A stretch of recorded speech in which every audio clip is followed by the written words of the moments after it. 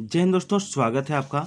आज के बाल विकास प्रैक्टिस सेट में हम लोग देखेंगे सिलेबस का एक महत्वपूर्ण टॉपिक, बच्चे कैसे सोचते हैं, यानी बच्चों में सोचने का विकास कैसे होता है। यह आपकी परीक्षा के लिए बहुत ही इम्पोर्टेंट होने वाली है। तो चलिए इससे जुड़े महत्वपूर्ण प्रश्नों को देखते हैं। पहला सवाल है कि व्यवहार में होने वाले अस्थायी परिवर्तन जो अभ्यास के कारण होते हैं को क्या कहा जाता है।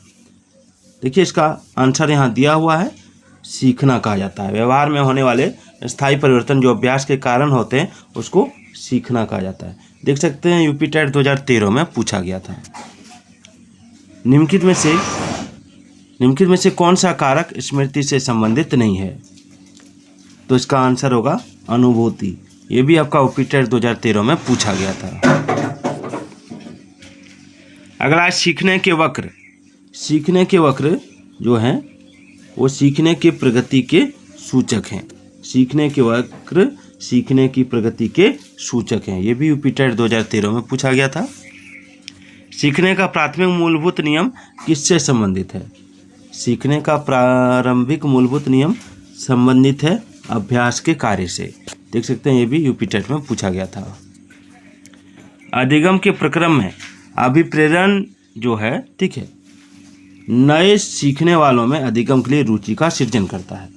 अधिगम के प्रक्रम में अभिप्रेरण जो है वो नए सीखने वालों में अधिगम के लिए रुचि का सृजन करता है। ये भी देख सकते हैं यूपी टेट 2011 में पूछा गया था। बचपन के सांप्रतिक दृष्टिकोण की मान्यता क्या है। तो बचपन के सांप्रतिक दृष्टिकोण की मान्यता है कि बचपन वृद्धि एवं परिवर्तन की एक अनूठी अवधि है। ये भी आपका यूपी टेट 2011 में पूछा गया था। चलिए आगे बढ़ते हैं।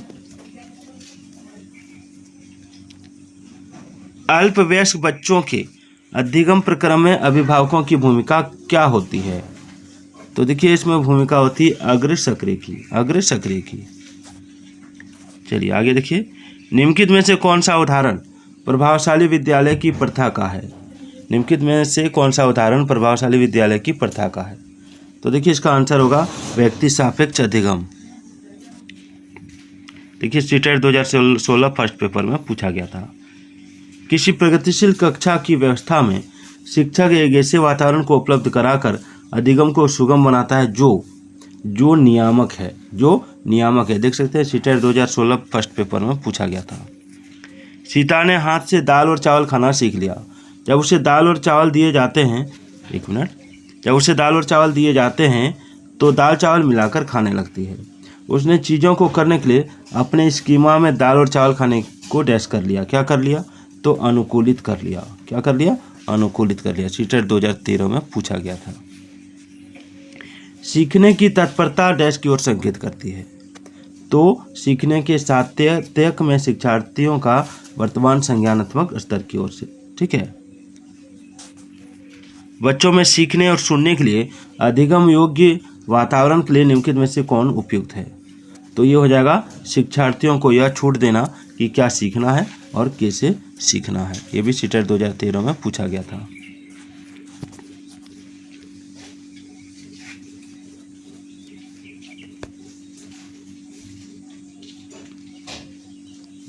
चलिए अगला है, बच्चों द्वारा की जाने वाली त्रुटियों के संबंध में निम्नलिखित में से कौन सा कथन सत्य है।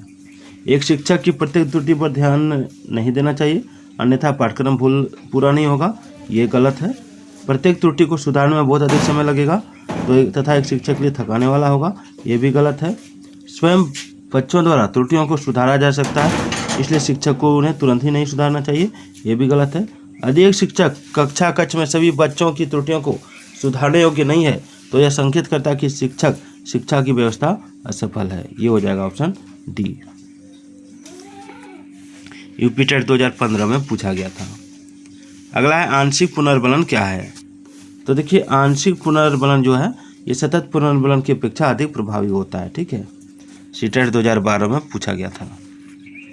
सीखने के सिद्धांतों के संदर्भ में इसके फोल्डिंग डैश की ओर संकेत करता है। किसकी ओर संकेत करता है? तो सीखने में वयस्कों द्वारा अस्थायी सहयोग। ये भी सीटेट में पूछा गया था। निम्नलिखित में से अंतः विषय अनुदेशन का सर्वोत्कृष्ट लाभ क्या है? तो देखिए यह जो है यह है आपका विद्यार्थियों को सीखे गए नए ज्ञान को बहुत संदर्भों में अनुप्रयोग करने और सामान्यीकृत करने के अवसर दिए जाते हैं। ये भी सीटेट 2012 में पूछा गया था। अगला है वे शिक्षार्थी जो समृद्ध ज्ञान और शैक्षणिक दक्षता की हार्दिक इच्छा प्रदर्शित करते हैं, उनके पास क्या होता है? तो उनके पास होता है निष्पादन उपागम अभिविन्यास। निम्नलिखित में से किस कथन को सीखने के लक्षण के रूप में नहीं माना जा सकता? किस कथन को सीखने के लक्षण के रूप में नहीं माना जा सकता? ये भी सीटेट 2011 में पूछा गया था, तो इसका आंसर होगा व्यवहार का अध्ययन सीखना। चलिए, सिद्धांत के रूप में रचनावाद दुनिया के बारे में अपना दृष्टिकोण निर्मित करने में शिक्षार्थी की भूमिका पर बल देता है।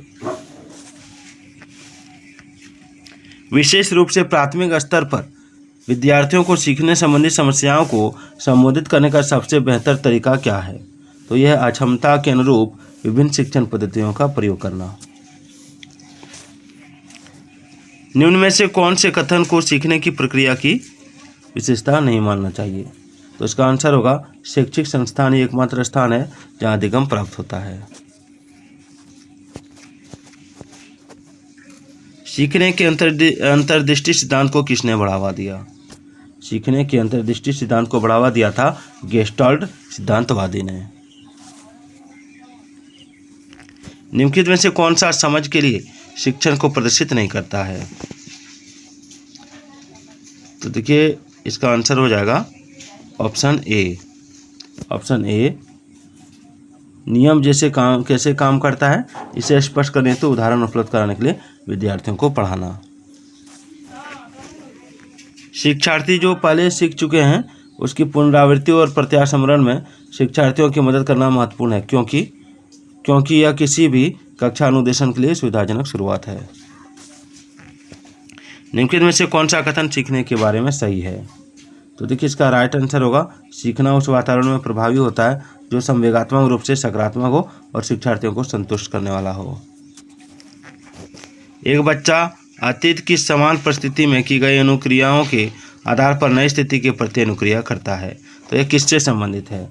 सीखने का सादृश्यता नियम, सीखने का प्रभाव नियम या सीखने की प्रक्रिया का अभिवृत्ति नियम? तो देखिए इसका आंसर होगा सीखने का सादृश्यता नियम। चलिए आगे बढ़ते हैं।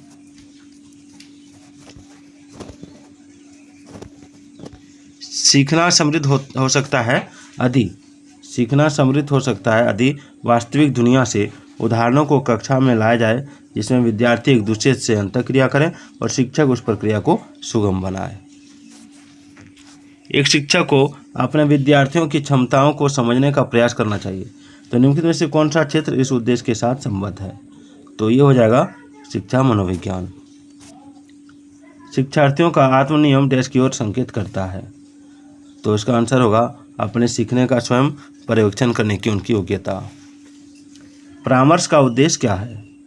तो देखिए परामर्श का उद्देश्य है बच्चे को समझना, बच्चे की कमियों का कारण पता लगाना, बच्चे को समायोजन में सहायता प्रदान करना, यानी ऑप्शन डी। बच्चा किस प्रकार सीखता है?